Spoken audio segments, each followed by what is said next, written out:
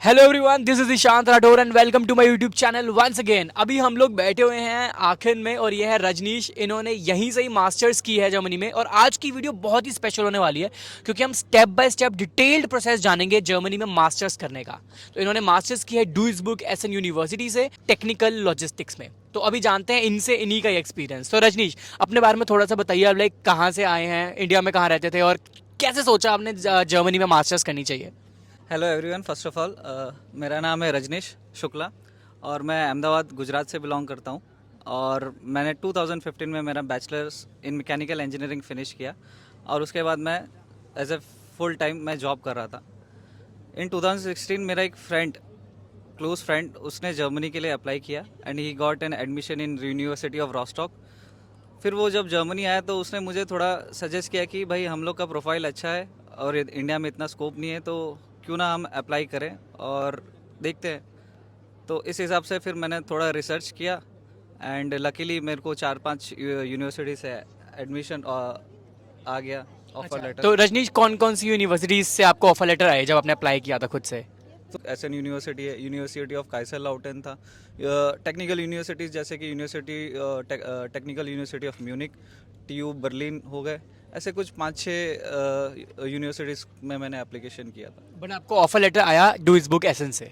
Duisburg SN से भी आया था, यूनिवर्सिटी ऑफ काइसर लाउटेन से भी आया था और शायद एफएच आखिन से भी आया था उस टाइम पे। बट मैंने प्रायोरिटी डुइसबर्ग एसएन को ही दी क्योंकि कुछ मेरे कॉन्टैक्ट्स भी थे जो मेरे सीनियर्स तब मास्टर्स परस्यू कर रहे थे। ओके, सो रजनीश, वैसे तो बहुत सारी countries foreign education abroad provide करती हैं। बहुत सारी कंट्रीज हैं, ऑस्ट्रेलिया, कनाडा, अमेरिका। तो आपने जर्मनी को ही क्यों चूज़ किया था अपनी मास्टर्स डेस्टिनेशन के लिए। लाइकवाइज अगर कोई यूएस या ऑस्ट्रेलिया की यूनिवर्सिटी में जाते तो हम राउंड अबाउट 25 to 30 लाख हम लोग मास्टर्स के लिए पे करते हैं। और कई बार इससे ज़्यादा भी। उससे ज़्यादा भी, लाइक ऑलमोस्ट अभी कुछ मेरे फ्रेंड्स अभी यूएस में कर रहे हैं, वो like around 50 lakhs for masters पे कर रहे हैं। उनके लिए वर्थ इट होगा, लेकिन मैं जिस बैकग्राउंड से आता हूँ मेरे लिए सब कुछ एनालिसिस करके और अपना जो बजट है उसको ध्यान में रखते हुए मैंने फिर जर्मनी को ऑप्ट किया क्योंकि मुझे एक तो क्वालिटी एजुकेशन भी मिल रही है, प्रोफाइल अच्छा है, तो आप कोई भी पब्लिक यूनिवर्सिटीज़ में अप्लाई कर सकते हैं। ओके, सो अगर हम कॉस्ट कट डाउन की बात करें रजनीश, तो आपको टोटल जो आपका अमाउंट बजट कितना बैठा आपको पूरा मास्टर्स करने का जर्मनी से। तो स्टार्टिंग पॉइंट वो इंडिया में है अभी, तो कैसे अपना उसको बजट सेट करना है कि कितनी यूनिवर्सिटीज़ अप्लाई करनी है, कहाँ से करना है, ऊनी असिस्ट में कितना पैसा जाएगा, फिर यहाँ जर्मनी में क्या आने का, तो कैसे प्लान हुआ ये सब। तो ये इस पे थोड़ा, इसके बारे में थोड़ा सा बताओ। अगर आप फर्स्ट टाइम इंडिया से जर्मनी आ रहे हैं तो आपको पहले तो आपका बजट फिक्स करना होगा कि मैंने अभी अपने स्टडीज़ कंप्लीट किया और मैं मास्टर्स के लिए कौन से फील्ड में मैं एडवांस करना चाहता हूँ। तो मेरे केस में तो मैंने बैचलर्स मैकेनिकल में किया, तो मेरे पास ऑप्शंस थे कि मैं या तो मैं प्रोडक्शन या ऑटोमोटिव इंजीनियरिंग कोर्सेज में मैं प्रेफर कर रहा था।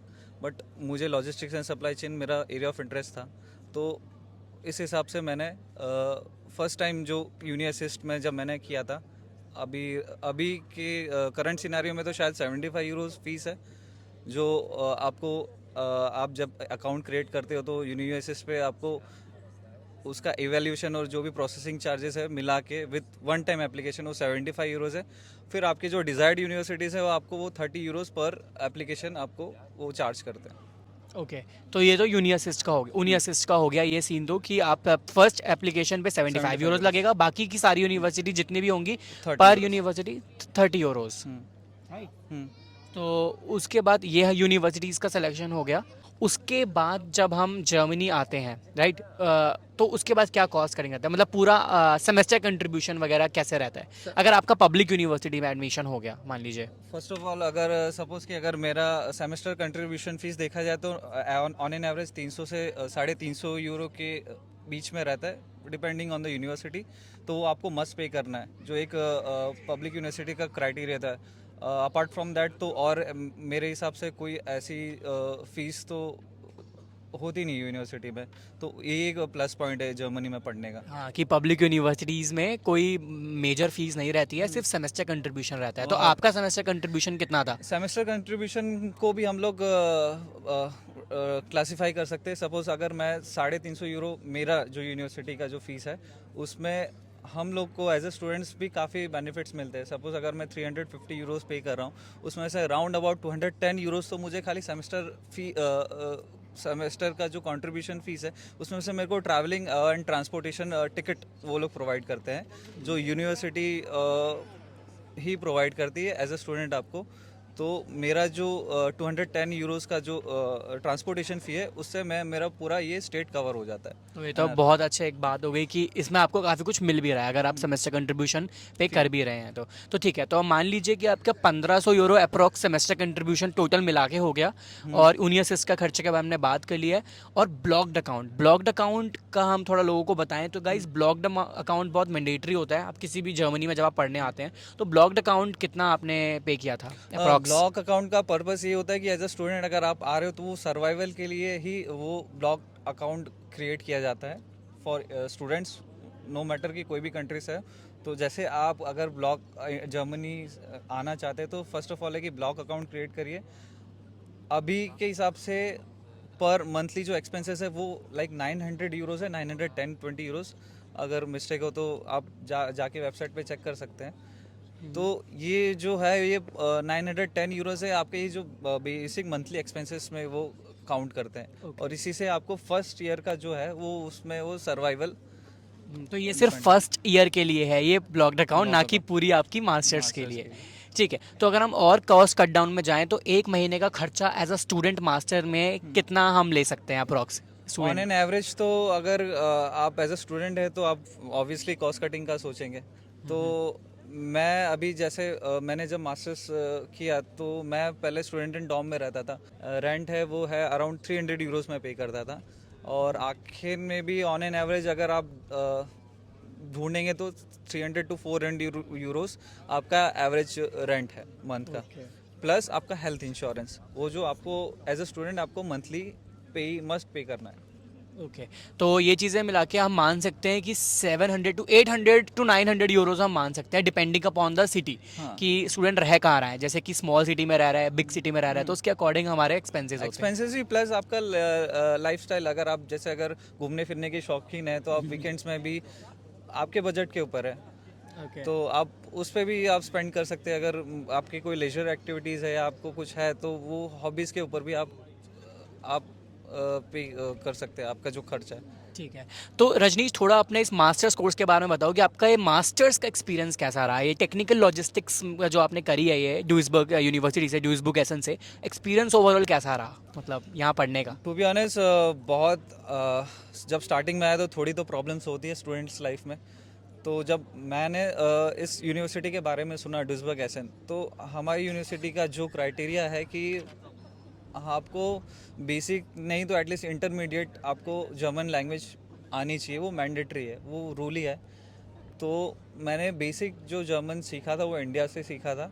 और उसके बाद मैं जब एनरोल किया तो उसके A2 के बाद से A2 लेवल से फिर मैंने एज ए एडवांस किया और मैंने B1.1 B1.2 फिनिश किया। तब जाके फिर मुझे एज ए पूरा एडमिशन लेटर प्रोवाइड किया गया। तो क्या ये जर्मन टॉट प्रोग्राम है जिसमें ये B1 आपको मैंडेटरी था इस कोर्स के लिए? तो क्या ये जर्मन टॉट प्रोग्राम था? ये जर्मन टॉट प्रोग्राम है फॉर इंटरनेशनल स्टूडेंट्स के लिए। बस ये क्राइटेरिया है कि आपको जर्मन आनी चाहिए। तो अगर आपको प्रोफाइल GPA अच्छा होगा तो आपको इजीली एडमिशन मिल सकता है। तो बेसिकली हम ये मान सकते हैं कि अगर जर्मन लैंग्वेज किसी स्टूडेंट पे है, जर्मन लैंग्वेज B1, तो उसके चांसेस और हाई हो जाते हैं, राइट? ऑब्वियसली अगर आपको लैंग्वेज आती होगी सब तो आपके लिए बहुत इजी हो जाएगा। नो मैटर आपका अगर course of medium of instruction English है, डजेंट मैटर, वो खाली यूनिवर्सिटी में ही आपको हेल्प करेगा।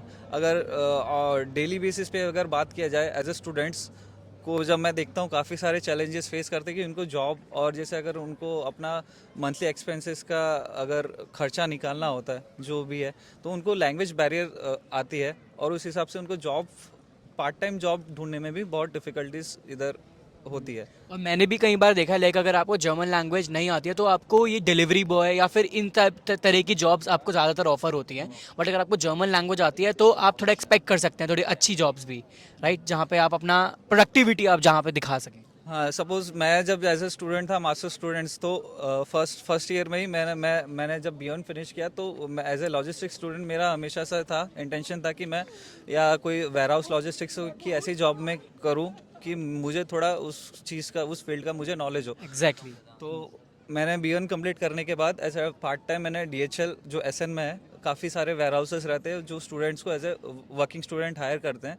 तो मैंने ऑलमोस्ट 1 साल in DHL as a work student मैंने जॉब किया। तो वहाँ पे अप्लाई करना क्या आसान था, मतलब कैसे अप्लाई करे स्टूडेंट, एक वैक स्टूडेंट जॉब के लिए? एज ए बैंक स्टूडेंट के लिए आप अगर आप जैसे अगर फर्स्ट सेमेस्टर में या सेकंड सेमेस्टर में, तो आप अपने सब्जेक्ट्स पे, आप अपने करिकुलम पे फोकस करिए एंड साइड बाय साइड आप देखते ही रहिए कि आपको जिस फील्ड में एडवांस करना है तो उस टाइप के जॉब्स ढूंढिए। सपोज़ कि मैं लॉजिस्टिक्स का स्टूडेंट था, तो मेरा हमेशा से था, मेरा फोकस था कि मैं कोई ऐसे वेयर हाउस जॉब्स और इसमें मैं लॉजिस्टिक्स की कंपनीज में मैं वर्क करूं, ताकि मैं अगर इन फ्यूचर अगर मेरे को जॉब भी ढूंढना हो तो मुझे वो एक्सपीरियंस मैटर करे अपने जॉब के लिए। तो आप ये मतलब लोगों को सजेस्ट करना चाहेंगे कि लाइक अगर सपोज कीजिए कि उनको लॉजिस्टिक्स में ही आगे जाना है तो वो वैक स्टूडेंट जॉब भी उसी फील्ड में ढूंढे तो उनको आगे चल के बेनिफिट होगा।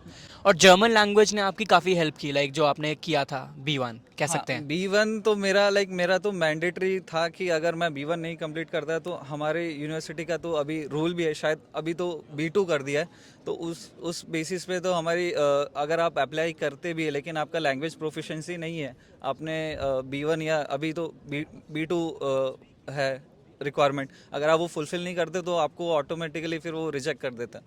हाँ, तो इससे हम कह सकते हैं कि गाइस जर्मन लैंग्वेज तो आप कर ही लो, अगर आप इंडिया में हो अभी तो एटलीस्ट B1 तक तो करके आओ। राइट। अभी जो करंट सिनेरियो की मैं देख रहा हूँ कि अभी स्टूडेंट्स जो इंडिया से वो फोकस करते कि खाली करिकुलम पे, बट मेरा एडवाइस ये रहेगा कि आप बेसिक जर्मन भले सीखिए लेकिन आके उसको ऐसे कंटिन्यू करिए, तो आपको जो फ्यूचर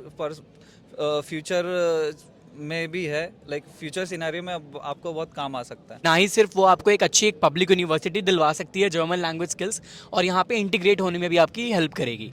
राइट। अगर आपको जर्मन आती होगी तो बेसिकली आपका जो कम्युनिकेशन स्किल है वो भी इम्प्रूव होता है। सपोज मेरे भी काफ़ी एक आध जर्मन फ्रेंड्स हैं, उनके साथ कभी ना कभी लाइक वीकेंड्स में हम लोग आके ऐसे मिलते हैं, गपशप लगाते हैं, चिट चैटिंग होती है और कुछ पार्ट टाइम एक्टिविटीज़ करते हैं।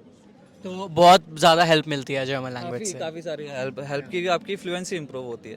Like any recommendations for the German language, लोग कैसे सीख सकते हैं, कहाँ से सीख सकते हैं? फर्स्ट ऑफ ऑल तो ये जो मेरे फ्रेंड है ईशांत राठौर, प्लीज़ वो बहुत अच्छा एक वर्क कर रहे हैं। मैं देख रहा हूँ, मैं जब से टच में आया इनको तो मैं 1 साल से फॉलो कर रहा हूँ, लेकिन ये जो इनका जो कोर्सेज है और सिखाने का जो एक तरीका है वो मुझे पसंद आया। तो मैं अपने काफ़ी सारे फ्रेंड्स को भी जो इंडिया में, मैं इनको रिकमेंड करता हूँ, सजेस्ट करता हूँ, प्लीज़ एक बार आप इनकी वेबसाइट पे जाइए और इनके जो ऑनलाइन इंटेंसिव कोर्सेज है जैसे A1 और A2 का है, तो उसमें तो आपका एक तो टाइम जो है, टाइम एफिशिएंट कोर्सेज से क्रिएट करते हैं, डिज़ाइन करते हैं, और आप कभी भी आपको जब टाइम मिले तो उसको आप प्रिपरेशन के लिए आपके लिए बहुत हेल्पफुल होगा। हाँ बिल्कुल, हमारी भी जर्मन लैंग्वेज जब हम कोर्स डिज़ाइन करते हैं तो हमारी कोशिश यही रहती है कि कम टाइम में हम सबसे ज़्यादा इफेक्टिव इसको कैसे बना सकते हैं, and that's why what we always try. Final opinion about doing masters in Germany as an whole, Rajnish? To be honest, मेरा जो मास्टर्स का एक्सपीरियंस था ओवरऑल ग्रेट था। अपार्ट फ्रॉम दैट अभी मेरा मास्टर्स ख़त्म हुआ एंड होपफुली मैं जॉब सर्च वीज़ा पे जाऊंगा, एंड प्रायोरिटी है कि मैं अभी B1 से B2 एडवांस करूं, एंड देन मैं थोड़े अच्छी कंपनीज में मैं जॉब अप्लाई करूं और अपने जो प्रोफाइल है उसको मैं स्ट्रॉन्ग करूं।